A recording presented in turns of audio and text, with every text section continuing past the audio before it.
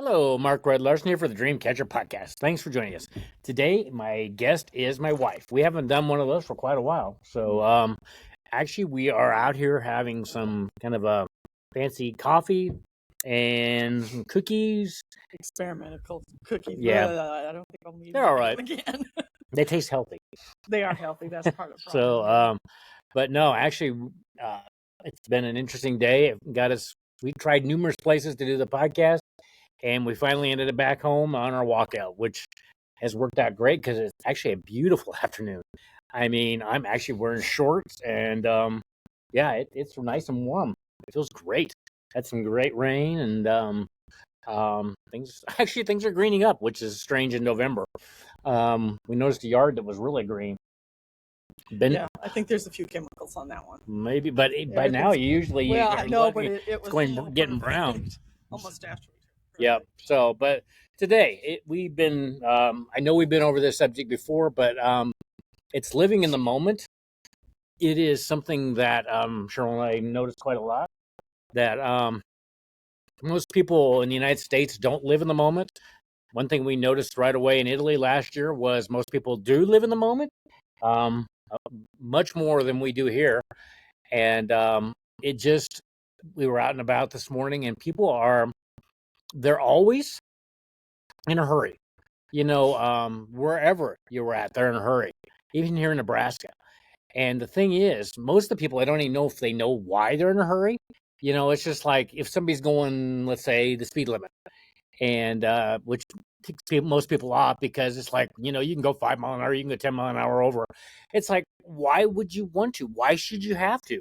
If you're late, then you need to get up earlier or get started earlier. But a lot of times these people aren't late. They just want to hurry. I'm first. Yeah. It reminds me of a toddler. And, but God doesn't want you to live in that mindset. I told you many times that God wants you to have a peaceful, life, a joyful life, great life. And when you're always in a hurry, um, you're not able to think because you're not in the moment, as the title of this podcast. Most people are, especially on the Sunday afternoon, are thinking about, what am I going to have to do tomorrow? What am I going to have to do this week? What am I going to have to do next week? What's next weekend? What are the kids going to have to need? And yes, to a point, some of that is necessary. But I can tell you that our grandparents did not, besides the basic preparation, live in that mindset. Our grandparents, played cards. They took trips and just enjoyed. Had maybe not fancy coffee, but I had a lot of coffee and chilled. And they would not have had that word. Well, they might have chilled something, but not with the way it's used today. That's a whole other discussion. Yeah, it is. But our grandparents, all the family, we did holidays. We didn't do these abbreviated holidays. We actually sat down and had meals and talked about the day. I remember going to my grandparents, both sides, because they both like to play cards a lot. In fact, it was something that almost was obsessive on my one grandparent's side. But we always had coffee and cookies and really strong coffee and things. But we enjoyed the company. All those memories that I have from my grandparents, because we were not in a hurry all the time. And my grandparents lived through the Depression. They knew how to work. And I don't like work hard, because God said this: if you say work hard, it's not from Him. It is, like Joyce Meyer says, work peacefully. If you're working with what you're given to you, you can work in flow. It doesn't seem like work. Kind of like doing these podcasts don't seem like work to me. And people that are doing what is their calling say basically the same thing, that it doesn't ever feel like work. And you might be working a lot of hours, but you don't work hard. You don't grind, because what Cheryl and I have found, you can do those things, but it can all be taken away like that, in a split second, because everything we have on this planet is from the grace of God. It's all His. He's letting us use it because he's basically a parent that is letting his kids get ahead in life. and do the thing that He's put into their heart when they came to this planet. But we're so busy, on our phones, and I think a lot of stuff on the phones, and I'm guilty of this too, is mind-numbingly, it's mind-numbing. It is kind of why people, you know, get drunk, party hardy on the weekends because they don't like their life. And then when it gets to Monday or Sunday night, they're thinking life sucks. Well, there's something wrong with that whole scenario, and people are not living in the moment on that because they're already thinking about how much they're going to hate the week or the weekend, and they're working for the weekend, as even a song. But when you are working with your calling, um, there is no days of the week. Every day is great. There's always days that are going to be a challenge, and we've had some. And today was interesting. Um, it was good because I had to change a tire, but it was a great place to change it. And And we both changed tires in the mud. yeah, oh yeah, this was great. This was This was on cement, and it was even had a curb, so I could sit there, and the tire was up, and it was awesome. If that could ever be awesome, but I kind of digress here. But we don't live in the moment. When we're on the interstate going 100 miles an hour, we're thinking, I've got to be ahead. That's how the competition. I've got to be ahead. I've got to be everybody. I'm beating my chest. And but I can't see my grandparents ever doing that, or any relatives doing that. There might have been some that did that, but they just for one thing, it was more collaboration, and I think it is because they went through the depression that people worked together. And I guarantee you, I can be competitive, but I'm much more for collaboration and collaboration in the moment. And well, I think that's why children and dogs are so appealing to an adult, because they do both live right in the moment. They do. Nothing is more joyful than a dog playing with a little kid. Yep. It's just. Well, it is. In fact, we just came home a little bit ago, and there was a dog in the moment. He wasn't chasing us, but he was in his yard, and he was going to race us. And then when we went by, he's like, "Well, that's no fun." It didn't last long. No, and but that dog was in the moment. He saw an opportunity and he took it. But and he had, in that little bit of short time, he really truly enjoyed himself. You could just see the big smile on his face. But we as humans have gotten so into the making a living, the thing that and yeah, I it is very expensive to make a living, especially in the United States. And Anywhere. well, Italy wasn't as bad as, yeah. Well, I would agree other parts of the world, but we get so much, and that's like getting out of school. It's like, rather than doing your calling, you're just like, what's going to make the most money? What's going to make the most money? And I, in a way, I understood that because I was the same way. I didn't think about what I was getting out of college at that time, because I was definitely a different mindset of doing my calling. I was doing, whatever is going to bring the most money in. And, they all sucked. I didn't do any of them very long because they were restaurant management and shoe store management. And they were, the restaurant management was like 100 hours a week. And let me tell you, that's no way to live a life. Even if you are bringing lots of money in, because you're not going to have a life, you're not going to be able to spend your money. So when you get out of school, think what is your calling, and then make a way to make money with that. Because yes, in today's society, money is energy. It's the exchange of energies, and you have to do that. But when you find a calling and solve a whole bunch of people's problems, because they're looking for somebody out there, because they know they don't like what they're doing either. And when you're a leader and lead people to show their gifts and show people the way, the money is secondary. It will come to you. You will never have to worry about money that way, because you are satisfying probably your calling. You're making God happy. You're helping the world. And like I said, the money comes secondarily, and you will never, more than likely, have to worry about money again. So, yeah, it's just live in the moment, and just find a way to do the stuff you want to do. And that's, we always are planning for retirement, which, yeah, if you're going to retire, it's good to have the stuff, but most people retiring don't have even close to enough. And it's just like I've told many people, I don't plan on retiring. Plan on finding, especially in today's world with what like this computer and stuff, you could do stuff around the world. I do this podcast from people around the world. You need to find stuff that brings recurring income in, because the old way of setting aside of money in investment is so outdated, it's unbelievable. Maybe crypto will be something that is helpful in that area. But crypto is kind of a whole nother thing, and I know so little about it. I'm not even going to go there. Um, but if you're sitting there and you're putting your whatever money away in your IRA, or and it's like it's going to be gone like that. It is going to be so quickly gone. Just go to the grocery store once. It won't last. And then Well, what are if you you going to do? have, Then you're going to be at Walmart being a greeter. yeah. So, Well, and we see that, and that's sad.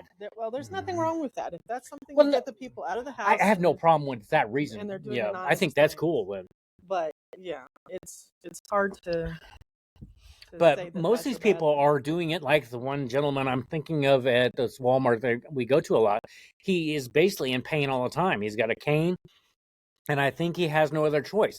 Granted, I think he likes people, but I don't think he would be doing that profession or that job if he wasn't, needing the money, because he's in pain being on the cement floor they have there. And I see so many people there settling or doing 5 jobs, that basically they work and they work and they work. And like I've said before, the government loves that. You bring in more tax money. You don't keep more money, hardly much more money, because you're bringing yourself up. So they take more of your income because you're in a higher tax bracket. And so you basically have stood almost still and worked your life away. And you're old too soon. Let me tell you, isn't that right, Cheryl? Oh, yeah. You get there very, very quickly. We're both in our 60s, and it seems like we're just in our 20s. Thankfully, I feel like I'm mostly in the time I'm in my 20s. But Cheryl, I know, does not have that luxury. Yeah. Cheryl Well, does not feel like she's in her misspent youth. I had several well injuries that I'm and paying for cancer now. treatments and Yeah. Well, arthritis, because Mhm. I hurt myself Yeah. several times when I was Yep. a kid. All in things that were active, Yep. and I, And that's another reason the young and cancer. dumb.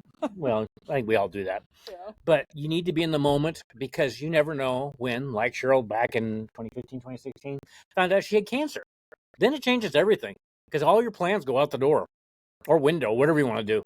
And then you've got to live in the moment, because cancer or whatever it is right there in your face, because you're facing potentially maybe dying. And And there goes all your money. yeah, and there definitely goes all your money quickly, because the insurance we have in this country is a joke. And if anybody's on the Affordable Care Act knows it is. I'm not even going to go there. That is it's shameful what that is. And especially when I talk to other people around the world that have insurance that actually works. Thinking of one lady that I know of in Sweden, like she said, they get stuff for their tax money, because it's never a problem. So they get their medical and they get their higher education all paid for. And what a win-win. You don't have to worry about either one of those, debts, which can both be immense. So, 100%. so, but yeah, but live in the moment, because the cancer does give clarity. Because afterwards, you see all the things you wish you had been doing beforehand. Because it's like, I'm going to die now. It's just like it brings home death, I think, and which I guess is good and bad. And because if it gets you off center, realizing that you need to do stuff now, be in the moment, live for the moment, not think about what you're going to be doing next week, next weekend, next year, unless you're going to go on a vacation, But plan on the vacations more rather than less. Put the vacation as priority of, as your work. And yeah, that takes money. But I can tell you, when you have situations that just require money, you can find it. You can definitely find it. It may be a struggle, but you can find it. And I feel sorry for these single parents, but I'm not going to go there either. I just sometimes single parenthood needs to be a situation that has to occur, but I think most of the time that divorce is too easy. Unless there's abuse or something like that, I think a divorce shouldn't be occurring for the sake of the kids. And I think if it's a bad situation, like where the kids are getting abused, or there are situations, but I think divorce has become way too easy. Um, there's a lot of things in society that need to have more consequences. Um, I could really get into that, but I'm not going to on that too. So, but I think that when we have more consequences, maybe we think about our actions more.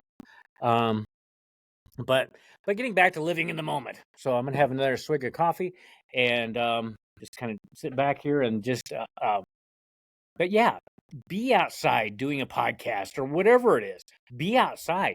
Be in the moment. Enjoy, like enjoying this amazing day in November.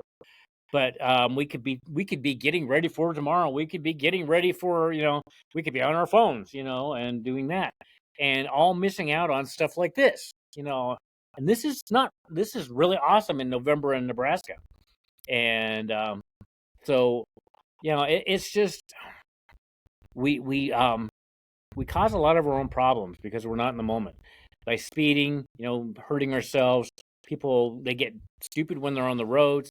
They don't think about the consequences of their actions on a lot of things, and there's just a lot of things that we need to get in the moment and stop hurrying and enjoy your life.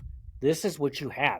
The only thing you're guaranteed is right this moment, right now, in my so The fly agrees with you. probably, yeah. So I don't think I'll drink him. But yeah, it is. And we always think, well, I'll do that next year. And it's like, not necessarily. And like going back again to the cancer. You don't have that guarantee. You only have what you have right now. And stop thinking that I'm going to have 10, 20, 30 years. You may, and it's good to plan for those, but you may not have a year. You may not have a month, day, or week. There's people that didn't wake up this morning. They were planning for today.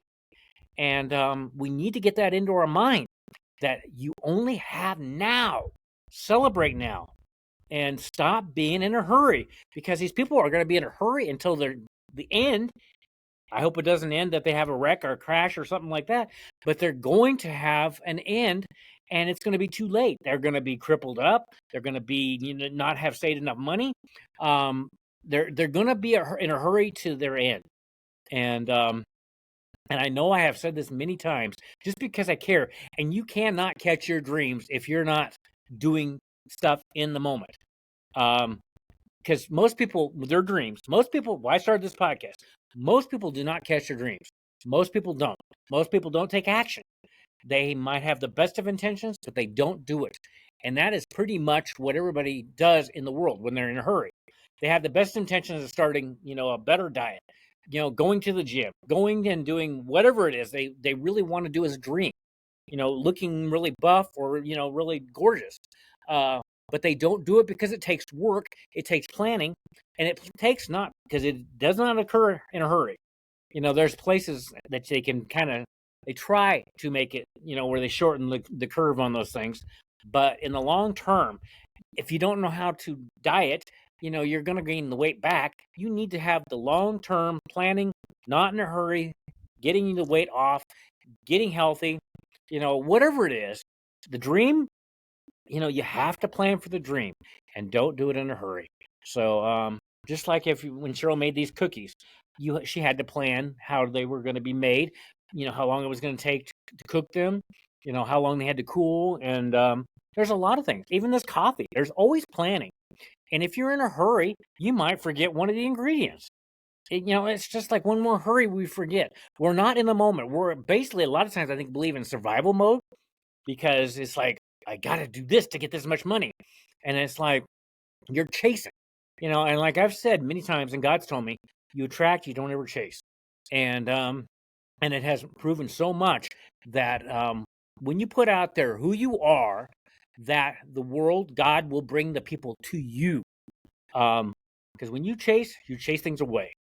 And yeah, I don't know. I get I get preachy, don't I, Cheryl? I should have been a minister, I guess. I'm sorry. It's just I'm so passionate about it. It's just like I see these people going 100 mile an hour down the interstate, and it's just like one mistake, and they're going to take themselves out and other people out just because they're in a hurry, or whatever else it is. Or it's just like, and this is your life. Enjoy it. even if it is stressful, because I have learned, especially in the last year and a half, you can still enjoy your life and still be under a lot of stress. It's basically you grow. You really grow. You become stronger because I could go back and let those things just gnaw at me and make me so I'm miserable. But I'm not going to let that happen because that doesn't do any good towards working towards the problem. And yeah, I use my hands a lot here too. I'm getting to work out here. I'm burning the calories out from the coffee. So we'll go with that. But it's just I just wish people would slow down and think what they're doing. And the government kind of promotes, when it's so much more for your health care than it was last year, or so much more for your mortgage or your rent. I understand, but eventually you run out of time to do more work. And then you have to face the situation. Do I stay here or do I do something else? And it's better to do something else before you get to that place. Because eventually, what if your rent got to 10,000? Or like our healthcare. I mean, we're trying to figure out what we're going to do because without the government's help, we can't afford it. And I really despise them having such a high premium and basically not paying any of the stuff that we want done. And we have tried numerous companies, and it's criminal. The Affordable Care Act is very much criminal, and I don't know. Something's got to be done, and I may have to be one of them that starts the process on that because it is criminal.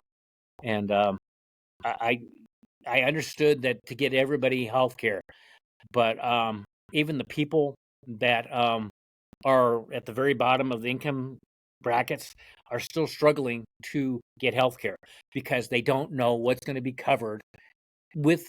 They can get probably all their premium covered, but then when you have to use it, there's so many things they like, we don't cover that, we don't cover that doctor, we don't cover that location, and then it's all out of their pocket, and then they're SOL because they thought that this was going to cover it and it doesn't. And we've run into that, haven't we, Cheryl? Well, yeah, because you go into any store like Walmart, like you brought up earlier. Mm-hmm. My price is the same price as the person that's standing next to me. You look on the shelf, you see the price, you know what you're getting into. You go into a hospital, the person next to you may be paying absolutely nothing and you may be paying everything. The tests are different, and if you go to a different hospital in a different area, things are totally a different price range and such because of if you're urban or if you're rural. It just, and I'm not saying that everything has to be exactly the same in every location because one size does not fit all or most. There is things that need to be adjusted for different locations. But I don't understand why I should sit in the bed in the same room, get the same exact care as someone else, and I have to pay 4 times, 5 times, 10 times as much as they do, just simply because they were lucky enough to be in a place where they have an insurance through an employer, or, since we're self-employed, we've been punished for that repeatedly on many levels.